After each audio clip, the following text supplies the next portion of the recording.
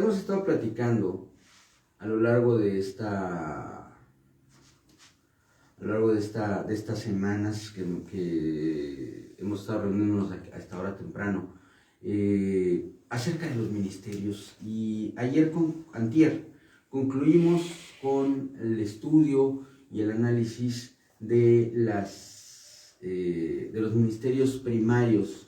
Le llamamos ministerios primarios a aquellos ministerios que tienen algunas características que hoy voy a enumerar. La primera de ellas es que son ministerios universales, es decir, cuando una persona es llamada a uno de los ministerios primarios, es llamada a transformar su vida de manera permanente y universal en términos también de espacio, no solo de tiempo. El pastor, el profeta, el maestro, el apóstol, el evangelista, son apóstoles, profetas, evangelistas, pastores y maestros de tiempo completo, las 24 horas del día, los 7 días de la semana y donde quiera que se encuentren. Este llamamiento es un llamamiento total, es un llamamiento que demanda del ministro su completa, total dedicación a la obra del ministerio. El apóstol Pablo, de los ministerios primarios, decía que incluso era mejor, era más adecuado para su desempeño, si era posible, que permaneciesen solteros.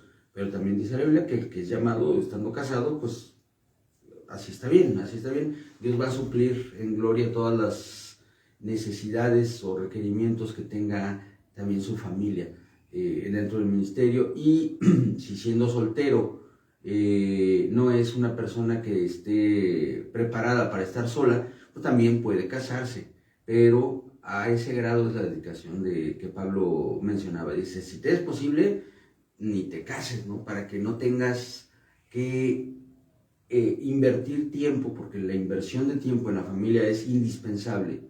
No tengas que invertir tiempo en otras cosas, entiendas otras cosas, la esposa y los hijos o el esposo y los hijos, y que puedas dedicarte de tiempo completo al ministerio. Entonces, esto es una de las características del ministerio: es universal, es permanente, y el llamamiento al santo ministerio es irrevocable.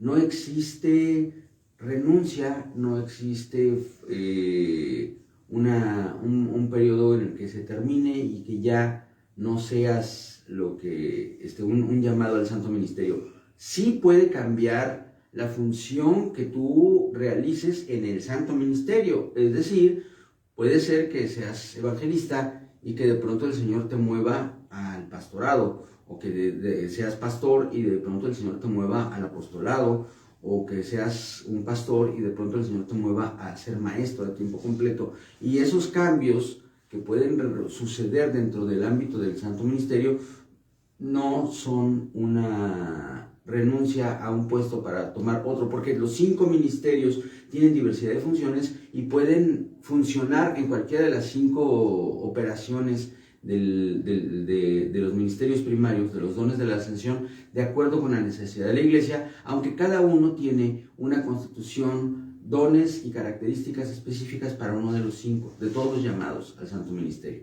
Hay personas que tienen las mejores aptitudes para ser maestros y sin embargo están pastoreando, o hay otros que a lo mejor tienen una perspectiva apostólica ya en puerta en su vida, pero sin embargo todavía no se ha desarrollado en su ministerio apostólico y están funcionando como evangelistas, o como pastores, o como maestros, o como profetas. Y el profeta probablemente tarde o temprano adquiera autoridad en una iglesia local, sea como maestro, o como pastor, o incluso como apóstol. Y cada uno de esos 5 ministerios, y todos juntos a su vez, están trayendo directamente desde el cielo la identidad de Cristo Jesús a la iglesia. No me refiero a la persona, entiéndame. Yo no estoy diciendo que una persona, por ser pastor o por ser maestro, tenga que ser tratado o tenga que ser honrado como si fuera Jesucristo. Nunca, jamás, bajo ninguna circunstancia. Estoy hablando de la función que se ejerce dentro de la comunidad, porque además los 5 ministerios no solamente operan en la iglesia, sino también de cara hacia los que no conocen de Cristo, hacia las personas que se pierden. Operan las funciones que Cristo Jesús realizó en esta tierra. Los 5 ministerios entonces son la presencia literal de Jesús a través del cuerpo de Cristo, a través de la iglesia, la presencia literal de Jesucristo en medio de este mundo que se pierde. Vamos a iniciar hoy entonces a platicar acerca de los ministerios locales. Hace poquito tiempo leí algo que está mal escrito y yo quiero que usted lo considere y si es necesario lo corrija en su mente. Escuche bien lo que le estoy diciendo. Si tiene que corregirlo, corríjalo en su mente. Por ahí hay una clasificación que habla de ministerios mayores y ministerios menores. No es así. No existen ministerios menores.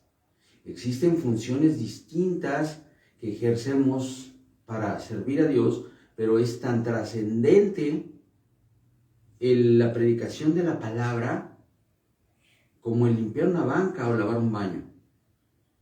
Y es trascendente de manera práctica. Ni siquiera le estoy diciendo que en el reino de los cielos el galardón será grande, no importa lo chiquito que es. No. Estoy hablando de lo que ocurre de manera práctica día con las personas cuando llegan a un lugar y se encuentran con que la predicación es muy... Imagínenselo, la predicación es preciosa, la atención de la gente está llena de amor, la alabanza es tremenda, poderosa, inspiradora.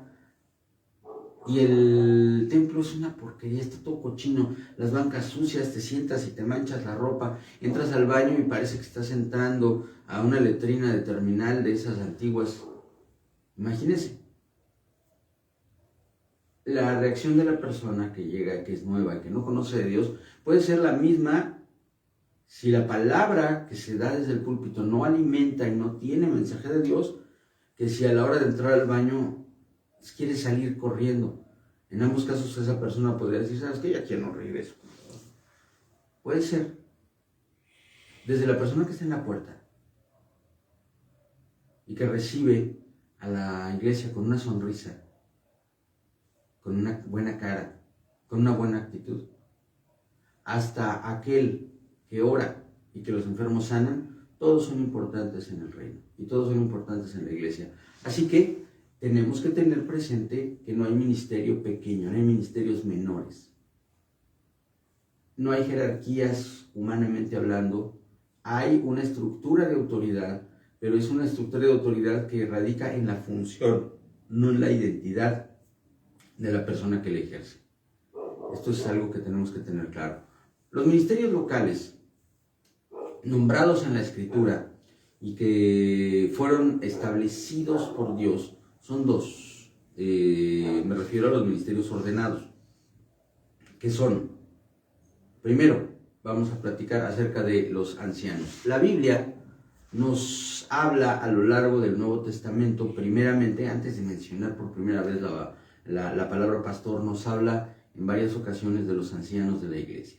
Los ancianos de la iglesia eran aquellas personas que, aunque mayormente por cuestiones naturales, de la experiencia y de la prudencia que dan los años, etcétera, eran personas mayores, personas de una edad más avanzada, pero que con el paso del tiempo fueron revelándose en los corazones de algunos jóvenes que tenían una relación especial con Dios, una capacidad especial dada por Dios, un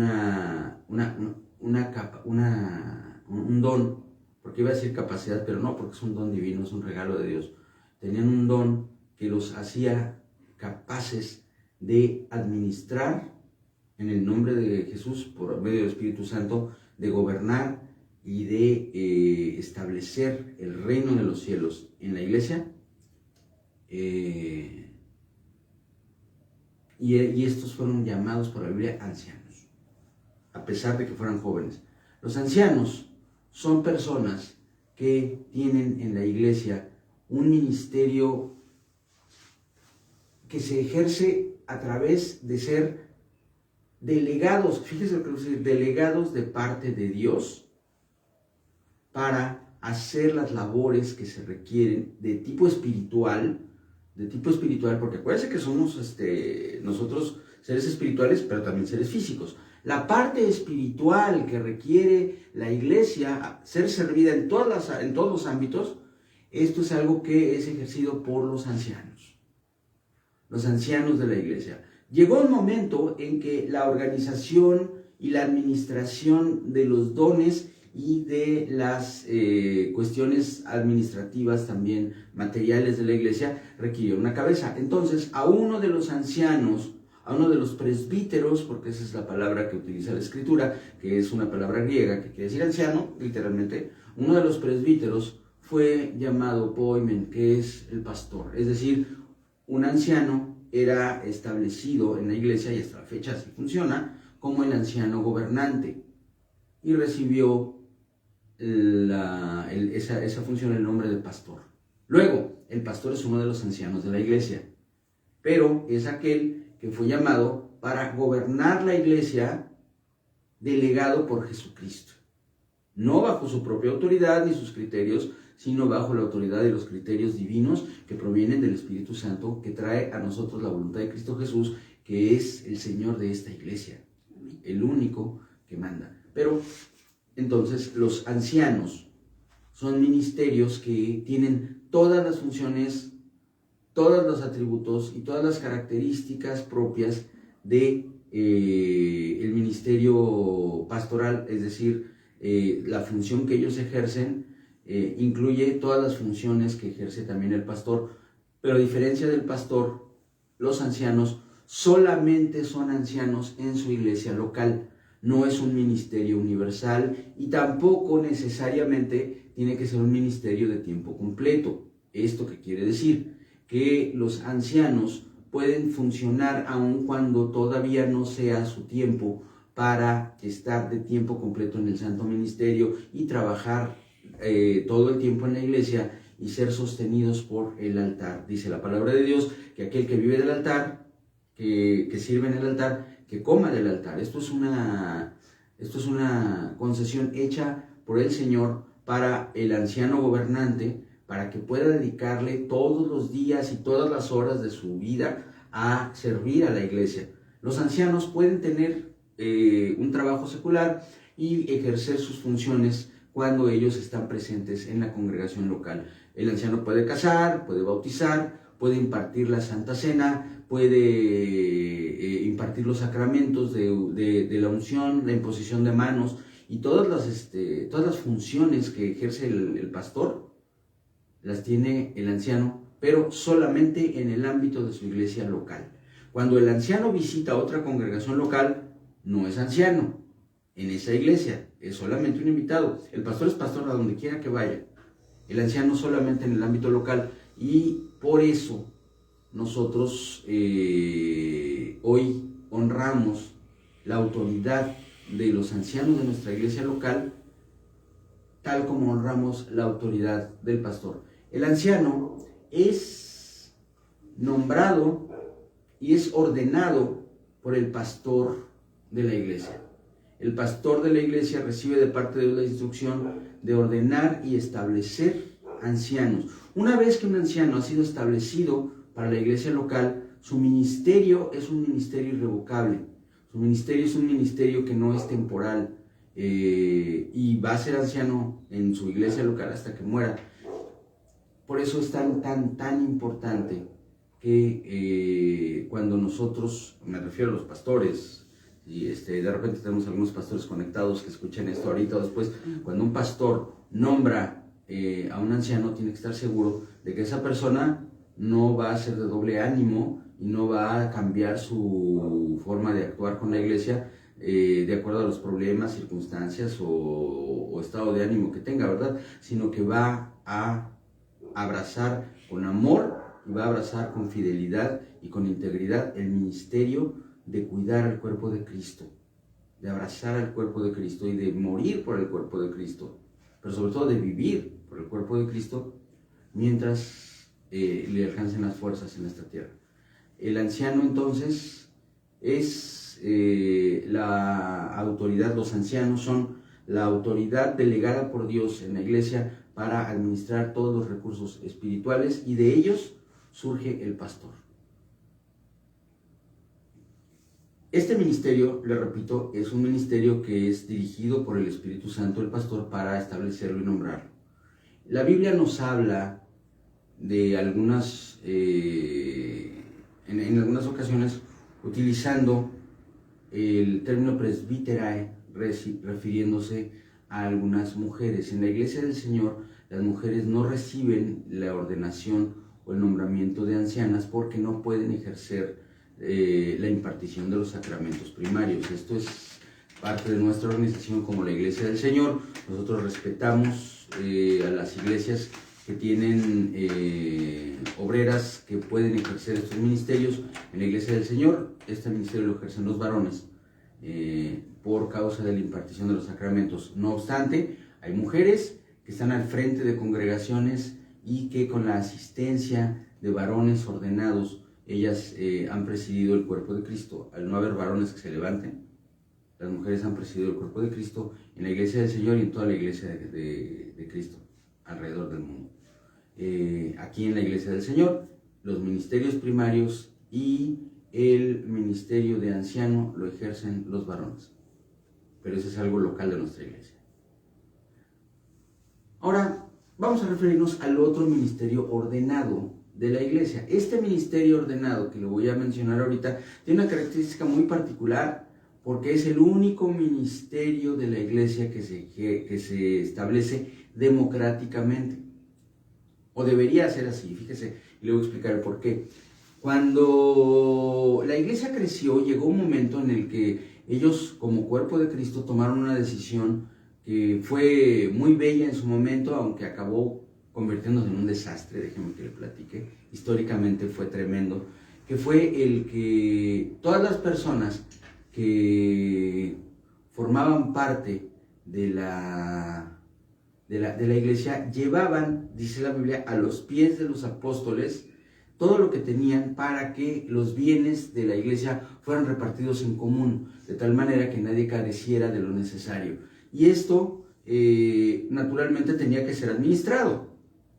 Así pues, se eligió una serie de, o se estableció una serie de funciones, como por ejemplo repartición de despensas, el proporcionarles vivienda a las personas que no la tenían. Muchas casas abrieron sus puertas para que familias que no tenían dónde vivir vivieran con otros. En fin, hubo una repartición bastante bonita de los bienes materiales. Sin embargo, como en todas las instituciones y todos los grupos humanos, empezaron a surgir los problemas.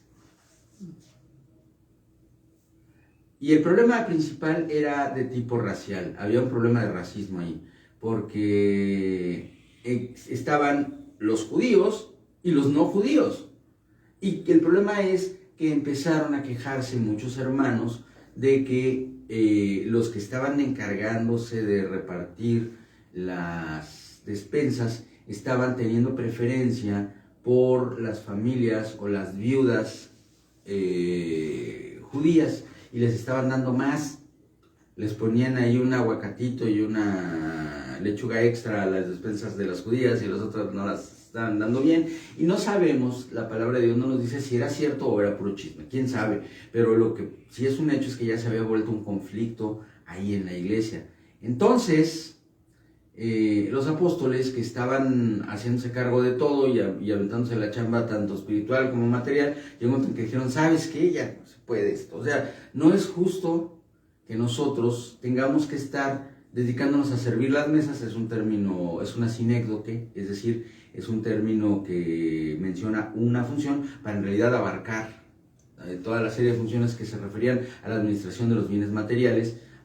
Dice, a servir las mesas, y descuidemos la oración y la predicación de la palabra. Y entonces ellos nos dijeron: bueno, ¿sabes qué? A ver, tú y tú se van a hacer cargo de ordenar esto. No, ¿por qué razón? Ahorita se la voy a explicar. Pero lo que dijeron los apóstoles fue: escojan, fíjese bien, escojan de entre ustedes, elijan entre ustedes a 7 varones. En aquel momento eran varones, después más adelante nos encontramos con que también mujeres ejercen esta función. Es una cuestión cultural de los judíos el hecho de que fueran mujeres, y no son, digo solo varones, porque las mujeres luego no les iban a hacer caso, por cuestión de su cultura. Así que dijo, elijan ustedes a 7 varones, fíjese bien lo que le dice, de buen testimonio, llenos del Espíritu Santo. De buen testimonio quiere decir que todos los demás hablaran bien de ellos, que todos los hermanos tuvieran una buena opinión de ellos, y llenos del Espíritu Santo, porque es el Espíritu Santo quien administra la iglesia. Así que era necesario que ellos no hablaran por sí mismos, sino de parte de Dios, para que se hicieran cargo de establecer la paz de Dios en medio de la congregación de los santos. Esta es la función del diácono. Que le quede bien claro, el diácono no es el auxiliar de intendencia de la iglesia, no es el barrendero, ni es el lavabaños de la iglesia.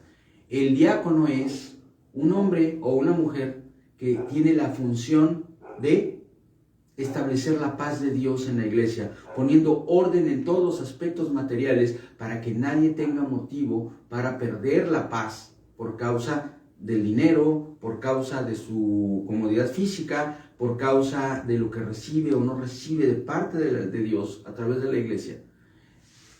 El diácono es una persona que tiene una fundamental responsabilidad, porque así como el pastor y los ancianos atienden la parte espiritual de la iglesia, los diáconos atienden la parte material de la iglesia, y ninguno de nosotros es alma pura sin cuerpo. Así que la atención de la parte material de la iglesia es tan importante como la parte espiritual, y era necesario que lo hicieran. Pero fíjese lo interesante, el hecho de que sea democrática la elección de los diáconos en la iglesia era porque cualquiera podía en un momento dado decirle a alguien que volviera a quejarse, no, tú lo escogiste, tú dijiste que te ibas a sujetar, ahora te callas y obedeces. ¿Sí me explico? Lo que quiero que me entienda usted es que el diaconado de la iglesia es el equipo que tiene el ejercicio de la autoridad delegada por el pastor para que se ejecuten las funciones que sean necesarias para que la iglesia camine en orden y camine en la paz de Dios. Y en la función que ellos ejercen, incluso nosotros, los pastores o los hermanos que ejercen ministerios primarios, nos sujetamos. Si a mí, yo llegando a la congregación, alguien que ha sido establecido y ordenado como diácono y está a cargo del estacionamiento de los autos, me dice, pastor, ahí estás estorbando, estacionate ahí enfrente.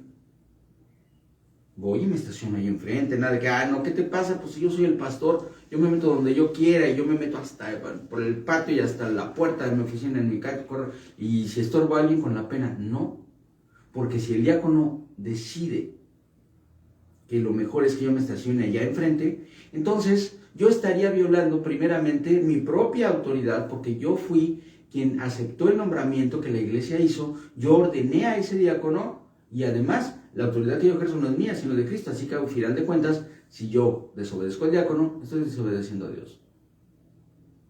Entonces, entendamos que este segundo ministerio, el ministerio de los diáconos, es un ministerio que ejerce y reviste una tremenda importancia y responsabilidades en la iglesia, que son fundamentales para el buen funcionamiento de las congregaciones. Estos dos ministerios, amados hermanos, son los únicos ministerios ordenados de la iglesia local: ancianos y diáconos. Con esto terminamos de hablar del ámbito de los ministerios ordenados. ¿Qué es la ordenación? La ordenación es el establecimiento de la autoridad divina delegada de parte de Cristo sobre hombres y mujeres que trabajan en la iglesia para Dios. ¿Hay otros ministerios? Sí, hay otros ministerios, por supuesto. No los estamos menospreciando ni estamos diciendo que no sean importantes, pero lo que yo le digo es que el resto, fíjese lo que voy a decir ahorita, El resto de los ministerios de la iglesia trabajan bajo la autoridad delegada del pastor. Los ministerios que le acabo de nombrar, aun cuando se sujeten al pastor, trabajan bajo la autoridad delegada de Jesucristo de manera directa, porque eso es el efecto de la ordenación. El establecer un contacto en el ámbito de la autoridad divina del gobierno teocrático entre Dios y hombres, y en el caso de los diáconos y las diaconisas, mujeres que tienen autoridad de Dios dentro de la congregación para poder hablar con la autoridad de Cristo Jesús. El resto de los ministerios se encuentran recibiendo delegación de autoridad, de la autoridad que le fue delegada al pastor, a su vez del pastor hacia ellos. En la iglesia del Señor, que somos una iglesia celular, nosotros tenemos una estructura de ministerio que es el ministerio de, o los ministerios que están funcionando en el sistema celular.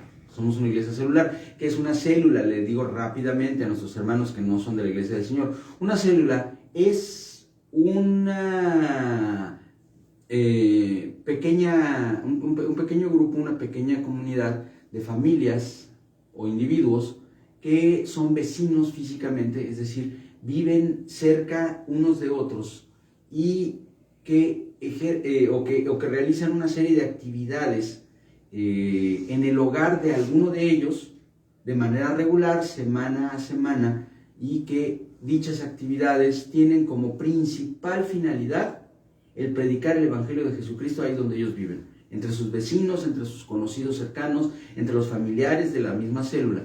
Esa es la función principal de ese pequeño grupo, el predicar el Evangelio de Jesucristo. Por eso se llama célula, porque las células biológicas se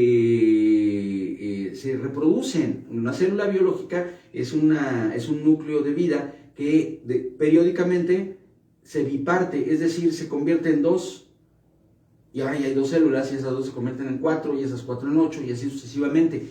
El crecimiento cuantitativo de la iglesia, del Señor y de las iglesias celulares ocurre principalmente en las células. Las células son el organismo, la unidad básica de funcionamiento del sistema de evangelismo de las iglesias celulares, entre otras nuestra iglesia, la iglesia del Señor.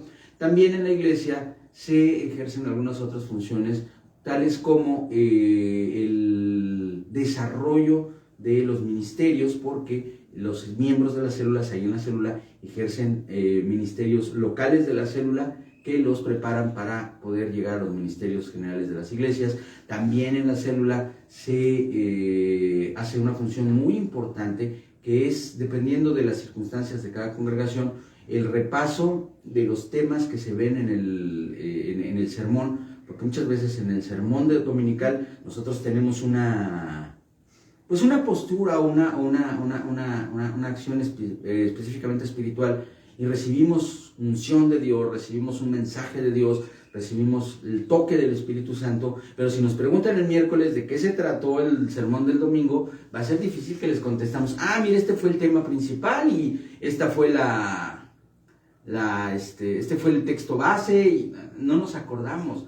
Yo me acuerdo que recibí un chorro de bendición y que oré y que el Señor me tocó y que el Señor me habló, pero no me acuerdo exactamente de qué. Entonces, a menudo en las células, o eso es la función que normalmente se ejerce en las células, se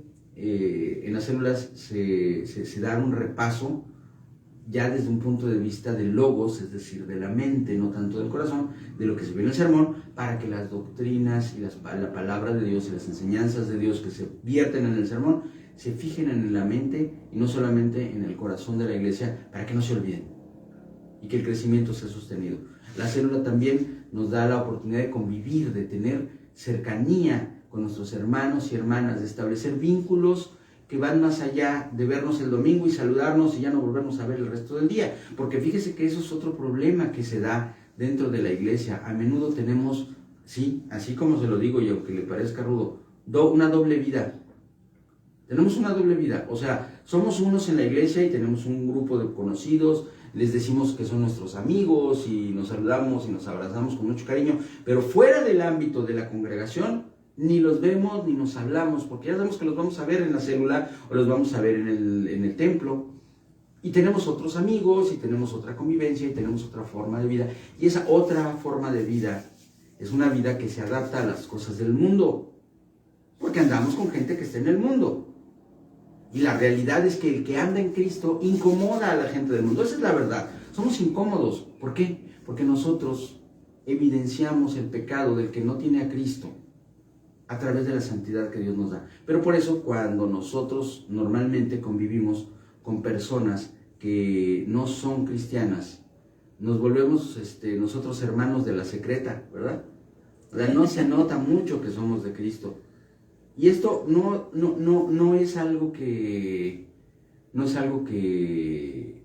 sea malo. O sea, el convivir, el tener contacto, el tener el tener relación con personas que no son cristianas es fundamental para predicar el evangelio de Cristo. Pero ese es el motivo, porque, cierto, yo tengo que convivir con mi familia porque son mi familia. Pero también es cierto que mi familia, por mucho que sea mi familia, se va a ir al infierno si no recibe a Jesucristo. Y si yo no aprovecho el tiempo para predicarles a Jesucristo, se van a perder. Pero también necesito convivir. Y las células son una forma de establecer relaciones personales entre la iglesia, de tal manera que nuestra necesidad social, nuestra necesidad de convivencia, nuestra necesidad de amistad, sea suplida por nuestros hermanos de la iglesia, que son nuestros vecinos físicamente. Esa es la estrategia del sistema celular como nosotros lo llevamos, no nuestros vecinos, y por lo tanto podemos establecer una convivencia que nos lleve a tener una amistad más allá de las actividades religiosas. Estoy hablándole de irnos a echar un café, cotorrear, platicar, que las familias se junten para tener alguna clase de convivencia, y ahí le va un secreto, pero no se los cuente a los jóvenes, ¿no? Que se conozcan, que se enamoren y que se casen entre hermanos y hermanas, y que no anden buscando pareja fuera de la iglesia. Porque eso es otra cosa que sucede, que la falta de convivencia social en la iglesia provoca que nuestros jóvenes, que naturalmente necesitan convivencia social y también están buscando a la pareja con la que van a compartir la vida, la encuentren en la calle, en la escuela, en el trabajo, entre los vecinos de su casa, de los que no son de Cristo. Y esos matrimonios terminan en un desastre espiritual tremendo la mayoría de las veces. A veces Dios repara el desastre, a veces los hermanos y hermanas no quieren que se repare y así se quedan el resto de su vida. Pero las células nos sirven para eso, para crear comunidad. Entonces, todo el sistema celular en la iglesia del Señor está administrado y gobernado con la autoridad legal del pastor por una serie de ministros que son, primeramente, los líderes de las células, que ellos están directamente delegados por el pastor para hacerse cargo de los grupos. Los líderes de células son hombres y mujeres que tienen madurez espiritual, tienen preparación doctrinal y pueden ellos hacerse cargo de un pequeño grupo ejerciendo funciones pastorales bajo la autoridad delegada del pastor general. Dentro de la célula, como le dije, se desarrollan ministerios locales en la célula que son preparatorios para que las personas que los ejercen puedan encontrar cuál es su llamamiento y poderlos ejercer ya en la iglesia general. No voy a abundar en esto, es un tema completo, pero arriba, cuando un líder de célula ha conseguido bipartir su célula ya en 2 ocasiones, entonces ya tendría 4 células. Ya sabe, una se vuelve 2 y cada una de esas 2 se vuelven 4 células, y entonces un líder ya no puede atender 4 células al mismo tiempo, porque ¿qué día va con una y con otra y con otra? Imagínense, cuando ya llegamos a ese punto en el que se forman 4 células, el líder ya tiene que buscar que las células que él preside tengan cada una de ellas su propio líder local, y él se convierte en un supervisor de ese sector. Se le denominamos nosotros en la Iglesia del Señor sector, un sector de 4 a 6 células, que son las que puede administrar una sola persona, que es el supervisor del sector. Pero si ese sector sigue creciendo, entonces hay que dividirlo en diferentes sectores. Un sector puede tener entre 4 y 6 células. Si esa parte, si esos grupos siguen predicando el evangelio, ganando almas y se siguen dividiendo, entonces hay que nombrar un supervisor de sector para cada uno de los grupos de 4 a 6 células, y ese líder se convierte en un supervisor de zona, que está a cargo, que es el líder de los 3 o 4 supervisores de sector que puede tener. Y así sucesivamente vamos subiendo hasta que llegamos a los coordinadores de distrito. Y un distrito ya puede tener docenas o incluso centenares de células. Hay algunas iglesias en la Iglesia del Señor que tienen esa magnitud, que tienen ese tamaño, como la iglesia de Pachuca, la iglesia de Chilpancingo, la iglesia de la Ciudad de México, una de las iglesias de la Ciudad de México, la iglesia central, que ya son muy grandes, son iglesias que tienen miles de congregantes y tienen cientos de células.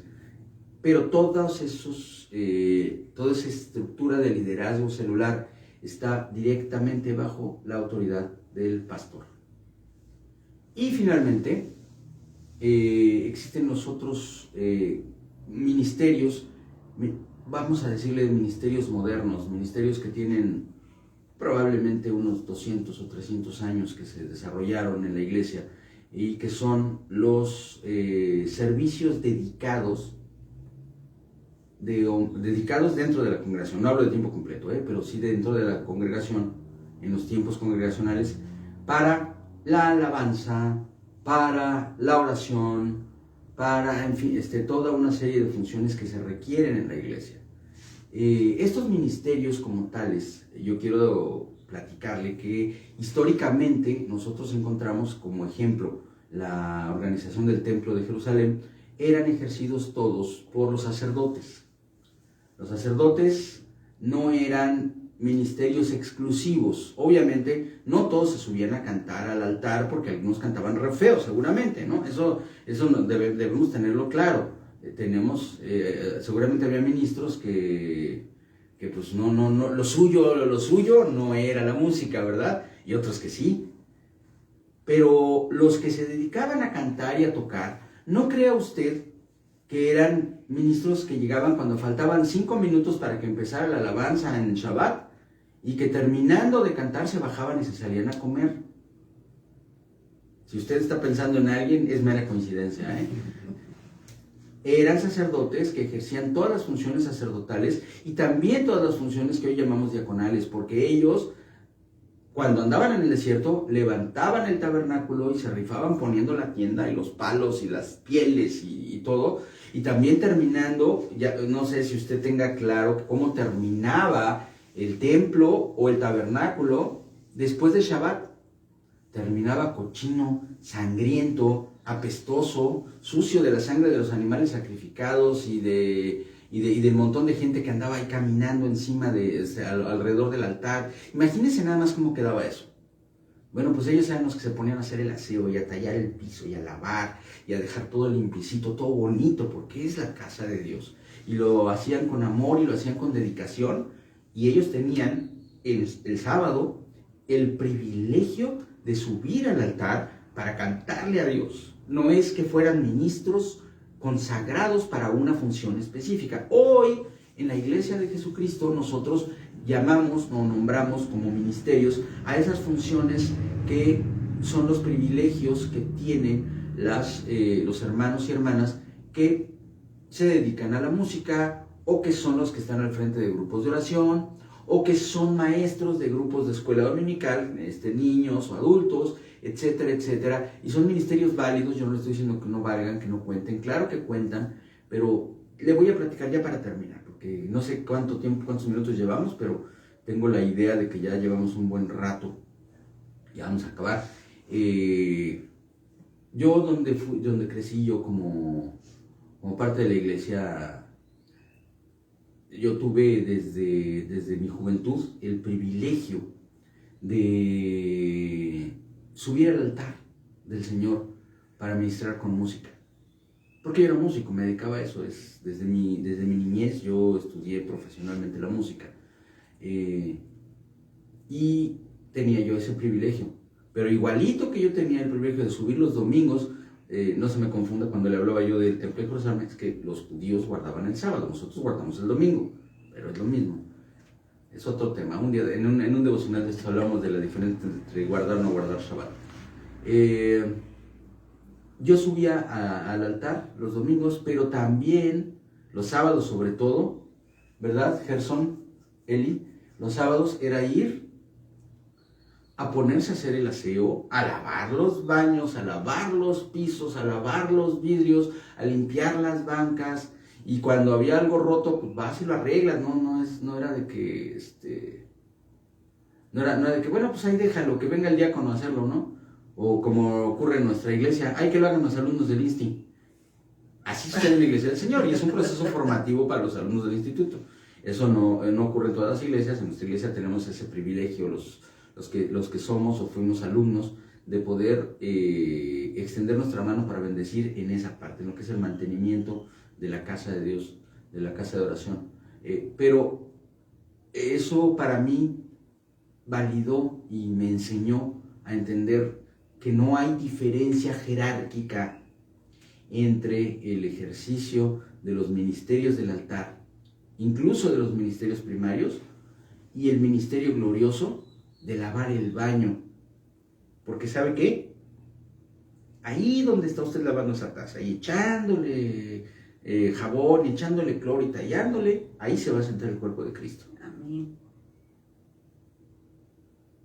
Así que usted tiene que entender esta parte. Los ministerios delegados por el pastor, que están bajo la autoridad directa del pastor, son ministerios totalmente válidos y usted tiene que ejercerlos con el mismo amor, con la misma devoción y con la misma entrega que tiene el pastor cuando sube al púlpito y predica la palabra, porque cada función que se ejerce en la iglesia es importante para el objetivo principal de la iglesia, que es que Dios sea glorificado y las almas se conviertan, y también para las funciones subsecuentes, que son que el cuerpo de Cristo sea edificado y bendecido.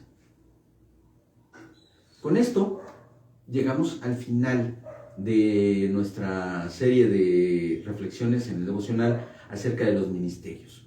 Yo ahora sí le voy a pedir y le voy a invitar a que usted, si tiene dudas, si tiene comentarios al respecto, nos los mande por escrito, aquí mismo en el cuerpo de este devocional. Si tenemos preguntas o observaciones que requieran el tiempo necesario para contestarlas o para aclararlas o para ampliarlas de un devocional, pues hacemos un devocional. En uno de los devocionales tomamos el tiempo para hablar acerca de lo que usted nos escriba y nos platique. La necesidad de la iglesia que se ha cubierto en este tiempo de reflexión ha sido principalmente para poder crecer y ser edificados en relación con lo que la palabra nos habla en diversos temas. Entonces, yo lo dejo abierto, usted platíquenos, pregúntenos, surgen muchas preguntas interesantes por ahí, ahorita, fuera, no por escrito, sino fuera. Antier, recibí de uno de los hermanos pastor, pero ¿por qué, o donde dice la Biblia, por qué no hay pastoras en la iglesia del Señor? Es una de las cosas que vamos a contestar el próximo devocional.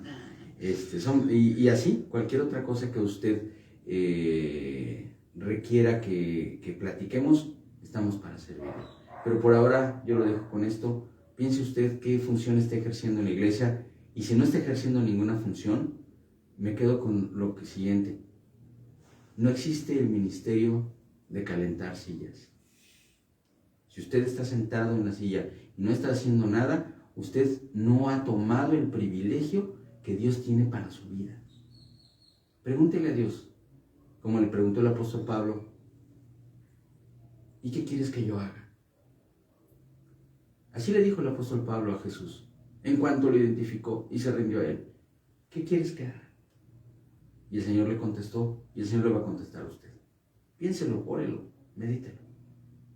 Levántese de su silla y sirva a Dios.